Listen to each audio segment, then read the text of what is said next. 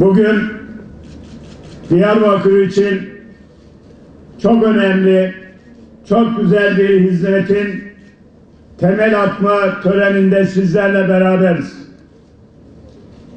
Temelini atacağımız Diyarbakır Havalimanı terminali Diyarbakır'ımıza, ülkemize hayırlı uğurlu olsun. Parayla, pulla, yatırımla her şeyi yapabilirsiniz. Ama bazı işler var ki çok değerli Diyarbakırlılar, parayla pulla olmuyor. Eğer bir ülkede kardeşlik, dostluk, barış yoksa bunu parayla, pulla tesis edemezsiniz. Çözüm süreci dedik. Elimizi değil, başımızı taşın altına koyduk. Sayın Başbakanımız hayatının en büyük siyasi inisiyatifini kullandı. En büyük riskini aldı. Yeter artık dedi. 35 yıldır insanımızı kaybediyoruz. Evlatlarımızı kaybediyoruz, şehitler veriyoruz. Bu da yetmezmiş gibi 400 milyar doğrudan, dolaylı olarak 900 milyar kaynağımızı erittik, tükettik, yok ettik. Neyin adına?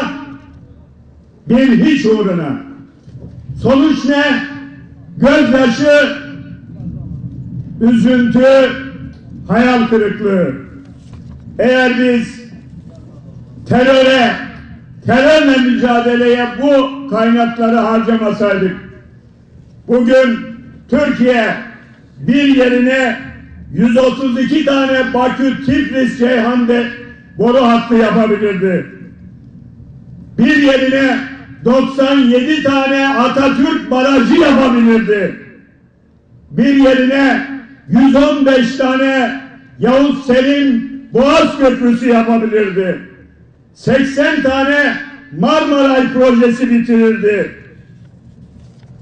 Örnekleri çoğaltmak mümkün. 20 tane nükleer santral yapabilirdik. 6.000 tane 400 yataklı hastane yapabilirdik. Vesaire vesaire. Bunu niye söylüyorum değerli Diyarbakırlılar? Bu kaynaklar hepimizin kaynağı, bu ülkenin kaynağı. Eğer ülkemizde, bölgemizde huzur olursa, barış olursa, refah olursa bunu paylaşacak olan hepimiziz.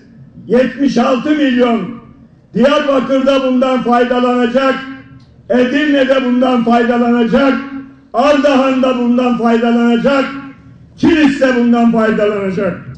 Diyarbakır'ımıza kazandırdığımız bu muazzam eserin hayırlı uğurlu olmasını diliyorum.